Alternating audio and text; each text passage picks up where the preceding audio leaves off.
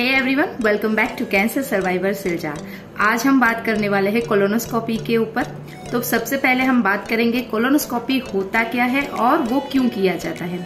उसके बाद हम देखेंगे कि कोलोनोस्कोपी के लिए कौन कौन सी प्रिपरेशन होती है, कोलोनोस्कोपी के दौरान और उसके बाद कौन कौन सी चीजों का ध्यान रखना चाहिए। तो आज का वीडियो फटाफट से स्टार्ट करते हैं। तो सबसे पहले हम बात करते हैं कोलोनोस्कोपी होता क्या है। कोलोनोस्कोपी एक टेस्ट है जिसका इस्तेमाल बड़ी आंत में अगर कोई भी प्रॉब्लम या फिर एबनॉर्मल एक्टिविटी का पता लगाने के लिए किया जाता है। कोलोनोस्कोपी करते वक्त पेशेंट के बड़ी आंत में एनस के थ्रू एक सॉफ्ट एंड फ्लेक्सिबल ट्यूब को डाला जाता है और वो ट्यूब के स्टार्टिंग पॉइंट पे कैमरा भी होता है और वो भी उसके अंदर डाल के फिर वहाँ पे डॉक्टर जो भी प्रॉब्लम है वो आइडेंटिफाई करते हैं। अगर आंत के अंदर या फिर एनस में अगर कोई भी बड़ा हुआ मांस का टुकड़ा है तो वो भी कोलोनोस्कोपी से दूर किया जा सकता है। उसके अलावा कोलोन के अंदर अगर कोई भी ट्यूमर है तो वहां से उसका सैंपल भी कलेक्ट किया जा सकता है। अब हम बात करते हैं कोलोनोस्कोपी की क्यों जाती है। तो सबसे पहले उसमें पॉइंट आता है अगर कोलोन के अंदर कोई भी प्रॉब्लम है, यानी कि पेट दर्द या फिर एनस के थ्रू ब्लड आना। उसके अलावा कोलोन कैंसर अगर किसी के सिम्टम्स है तो उसके लिए भी, और उसके अलावा अगर मांस का टुकड़ा भी अंदर बड़ा हुआ होता है तो कोलोनोस्कोपी का टेस्ट किया जाता है। तो अब हम देखेंगे बिफोर कोलोनोस्कोपी कौन कौन सी चीजों को प्रिपेयर करना होता है।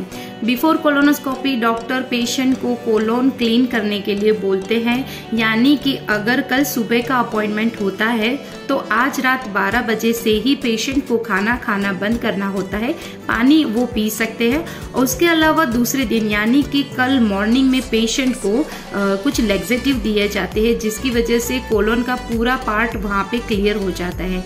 कई बार देखा गया है कोई भी ऐसे केसेस होते वहाँ पे डॉक्टर को कई बार जो भी एनीमा की किट है उनका भी यूज करना होता है, लेकिन हर बार एनीमा का यूज हो ऐसा कंपलसरी नहीं होता है। आप हार्ट रिलेटेड, डायबिटीज या फिर ब्लड प्रेशर रिलेटेड कोई भी या फिर कोई भी ऐसी दवाइयाँ है जो आप रेगुलर बेसिस पे ले रहे हैं तो वो भी आपको डॉक्टर को बताना होता है, क्योंकि कोलोनोस्कोपी के वक्त दवाइयाँ जो है वो नहीं लेनी होती है, वो एक दिन के लिए स्किप करनी पड़ती है और उसके बाद भी अगर स्किप करना है तो आपको डॉक्टर बताते हैं। तो कोलोनोस्कोपी के लिए अगर कोई भी दवाई आप ले रहे हैं तो आपको अपने डॉक्टर को जरूर बताना चाहिए।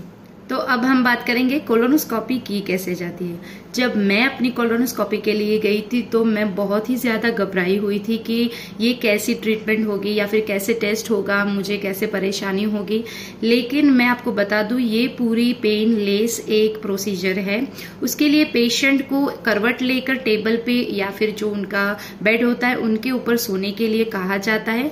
मुझे उन्होंने बेहोश, नाक में कोई ऐसा दवाइयाँ दी थी जिसकी वजह से मैं बेहोश हो गई थी और जब मुझे होश आया तो मेरी कोलोनोस्कोपी कंप्लीट हो चुकी थी। उस वक्त क्या होता है वो मैं आपको बताती। कोलोनोस्कोपी के लिए पेशेंट को करवट लेकर सोने के लिए बोलते हैं और उनकी नीज को उनके चेस्ट की तरफ मोड़ कर फिर सोने के लिए बोलते हैं। उसके बाद उनको बेहोश किया जाता है और फिर जो कोलोनोस्कोप होता है उनको उनके एनस के थ्रू अंदर डाला जाता है और जो भी उनको एग्जामिन करना होता है वो पूरी एग्जामिनेशन वो कंप्लीट करते हैं और वो प्रोसीजर पूरी होने के बाद ही आपको जगाया जा सकता है या फिर दवाइयों का असर जैसे जैसे खत्म होता है आपको धीरे धीरे होश आता है। लेकिन होश आने के बाद भी आपको कोई भी पेन नहीं होता है, वो मैं आपको बता देना चाहती हूँ। कोलोनोस्कोपी में कोलोनोस्कोप इतना लंबा होता है कि एनस से आंत में एक तरफ से डाले तो वो दूसरी तरफ भी पहुंच सकता है। उसके अलावा कोलोन को अंदर हवा या फिर कार्बन डाइऑक्साइड डाल के उनको फुलाया जाता है ताकि अंदर जो भी क्लियर दिखाई दे उससे डॉक्टर आइडेंटिफाई कर पाए। कोलोनोस्कोपी आधे से 1 घंटे के लिए प्रोसीजर होता है। उसके बाद धीरे धीरे जैसे पेशेंट को होश आता है, अगर वो अच्छा महसूस करता है तो उसे तुरंत ही डिस्चार्ज कर देते हैं।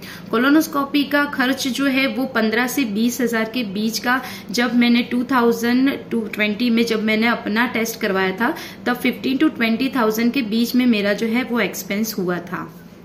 कोलोनोस्कोपी के रिलेटेड यहाँ पर मैंने सारी इन्फॉर्मेशन आपको बताने की कोशिश की है। इसके अलावा अगर आपका कोई क्वेश्चन है तो आप मुझे कमेंट बॉक्स में जरूर बता सकते हैं। उसके अलावा पूरा वीडियो देखने के लिए थैंक यू सो मच। और अगर आपने अभी तक मेरे चैनल को सब्सक्राइब नहीं किया है तो आप उसे प्लीज सब्सक्राइब कर दे और अपने फ्रेंड्स और फैमिली के साथ शेयर कीजिए। Thank you.